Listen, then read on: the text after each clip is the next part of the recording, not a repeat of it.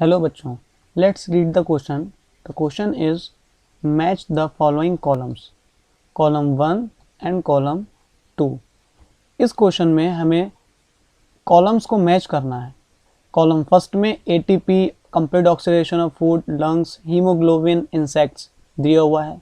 Option 2 में, column 2 में aerobic respiration, energy currency, carbon monoxide spiracles and residual volume दिया है। तो इस क्वेश्चन को करने से पहले हमें इस क्वेश्चन में जो टर्म्स गिवन है इनका की कॉन्सेप्ट मालूम होना चाहिए। जब हमें इन टर्म्स का की कॉन्सेप्ट मालूम होगा then we can easily match them और हमें करेक्ट आंसर भी मिलेगा। तो अगर हम फर्स्ट टर्म को देखें, डेट इज एटीपी। जो एटीपी होता है इसकी फुल फॉर्म होती है एडिनोसाइन ट्राइफॉस्फेट। अब ये एडिनोसाइन ट्राइफॉस्फेट है, ये बेसिकली है क्या? ये एक तरीके का एनर्जी गिविंग मॉलिक्यूल होता है। Energy giving molecule. अब ये एनर्जी गिविंग मॉलिक्यूल आता कहाँ से है? जब बॉडी में ग्लूकोज होता है और इस ग्लूकोज का क्या होता है? ऑक्सीडेशन। तो जब इस ग्लूकोज का ऑक्सीडेशन होता है तो क्या बनता है? पायरुविक एसिड बनता है। और फिर ये पायरुविक एसिड फर्दर आगे जाके ब्रेक डाउन होता है और क्या रिलीज करता है? एटीपी मॉलिक्यूल्स रिलीज करता है। ये एटीपी मॉलिक्यूल्स जो होते हैं हमारी बॉडी के अंदर एज अ एनर्जी करेंसी का तौर पे काम करते हैं। इट मीन्स जो एटीपी मॉलिक्यूल हैं ये एटीपी मॉलिक्यूल क्या कहलाते हैं? Energy currency.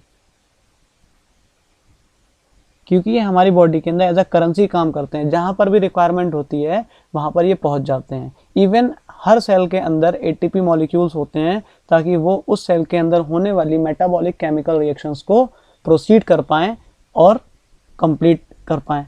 दूसरा अगर हम टर्म देखें तो क्या है? Complete oxidation of food. Complete oxidation of food का मतलब ये होता है कि जो फूड होता है वो ऑक्सीजन की प्रेजेंस में पूरी तरीके से ब्रेक डाउन होकर के एनर्जी रिलीज कर पाए। क्योंकि मेन कॉन्सेप्ट ये है कि when food get combine with oxygen molecule then it releases a energy. It means जो एरोबिक रेस्पिरेशन होता है वहीं पे उसी टाइप ऑफ रेस्पिरेशन में ऑक्सीजन का इन्वॉल्वमेंट होता है। क्योंकि रेस्पिरेशन दो तरीके का होता है, एक होता है एरोबिक और दूसरा होता है एनएरोबिक। एरोबिक रेस्पिरेशन में क्या होता है कि जब हम ऑक्सीजन को इनहेल करते हैं तो ऑक्सीजन को जब हम इनहेल करेंगे तो इस तरीके का रेस्पिरेशन एरोबिक रेस्पिरेशन कराएगा। जब हम ऑक्सीजन को ना इनहेल करके किसी दूसरी गैस को करते हैं वो एनएरोबिक कहलाता है। तो ऑक्सीजन जब फूड के साथ कंबाइन होती है, उसको ऑक्सीडाइज करती है तो वो एनर्जी रिलीज करती है। It means complete oxidation of food takes place in the presence of oxygen. और इस तरीके की रेस्पिरेशन को क्या बोलते हैं? हम एरोबिक रेस्पिरेशन बोलते हैं। इट मीन्स जो ऑप्शन सेकंड वाला कॉलम में है ये एरोबिक रेस्पिरेशन के साथ जाएगा। अब अगर हम थर्ड टर्म को देखें, लंग्स। जो लंग्स होता है इसका एक स्ट्रक्चर है जिसका काम होता है ऑक्सीजन को या एयर को अपने अंदर स्टोर करना। स्टोर करने के बाद वो एल्वियोली के जरिए एक्सचेंज हो जाता है ब्लड के अंदर। अब ये जो लंग्स है ये लंग्स का अपना एक स्पेसिफिक वॉल्यूम होता है जो यूजुअली कितना अमाउंट ऑफ एयर को स्टोर कर सकता है। अगर हम एयर के स्टोरेज की बात करें तो इसके अंदर रेसिडुअल वॉल्यूम होता है। रेसिडुअल वॉल्यूम का मतलब क्या होता है कि नॉर्मल अमाउंट ऑफ एयर जो वो एक्सहेल करने मतलब फोर्सिबली एक्सहेल करने के बाद भी जो उसके अंदर रह जाता है वो रेसिडुअल वॉल्यूम कहलाता है। जैसे हमने अगर सांस ली, गहरी सांस ली और फिर बाद में उसको फोर्सिबली एक्सहेल कर दिया, फोर्सिबली एक्सहेल करने के बाद जितना अमाउंट ऑफ ऑक्सीजन, जितना अमाउंट ऑफ एयर हमारे लंग्स में रह जाती है उसको उसका रेसिडुअल वॉल्यूम बोलते हैं। इट मीन्स जो लंग्स होते हैं ये लंग्स किसके साथ जाएंगे? रेसिडुअल वॉल्यूम के साथ जाएगा। अब फोर्थ टर्म आती है हीमोग्लोबिन की। हीमोग्लोबिन बेसिकली क्या होता है? एक तरीके का प्रोटीन मॉलिक्यूल होता है। ये हीमोग्लोबिन दो टर्म से मिला होता है, एक हीम और एक ग्लोबुलिन। हीमोग्लोबिन का काम होता है ऑक्सीजन को बाइंड करना और सेल तक पहुंचाना। ये हीमोग्लोबिन कहाँ मौजूद होता है? आरबीसीज में मौजूद होता है, जो रेड ब्लड सेल्स होते हैं हमारी बॉडी की, उसमें ये मौजूद होता है। अब हीमोग्लोबिन जो होता है वो ऑक्सीजन को तो बाइंड करता है, किस कंडीशन में? जब हम एरोबिक रेस्पिरेशन करते हैं।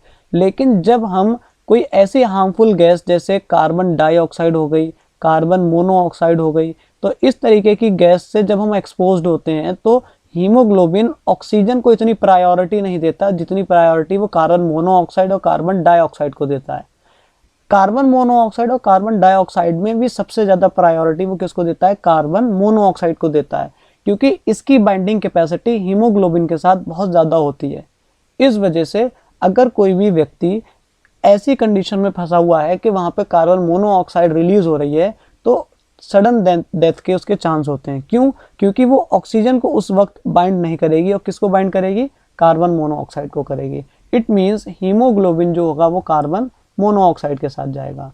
अब इंसेक्ट्स जो होते हैं, इंसेक्ट्स में एक स्पेसिफिक स्ट्रक्चर होता है जिसके ज़रिए वो रेस्पिरेशन पॉसिबल है उनके अंदर, वो होता है स्पाइरेकल। स्पाइरेकल बेसिकली एक तरीके का लेटरल साइड में, जैसे अगर ये हम स्ट्रक्चर बनाएं इसका, इंसेक्ट का, तो इसके साइड में इस तरीके से ये होल्स होते हैं। ये जो होल्स होते हैं, इन्हीं होल्स को क्या बोलते हैं हम? स्पाइरेकल्स। ये जो होल्स हैं, इन होल्स को हम बोलते हैं स्पाइरेकल्स। और ऐसे इंसेक्ट जिसमें ये स्पाइरेकल मौजूद होते हैं उनको स्पाइरोकीट बोलते हैं। अब अगर हमने इसका कॉन्सेप्ट, अब हमने सुना इसको, सारे कॉन्सेप्ट हमारे समझ में आ गए। अब अगर हम मैचिंग की तरफ चलेंगे तो जो एटीपी वाला जो होगा, ये एटीपी किसके साथ जाएगा? This ATP will go with option B, that is energy currency.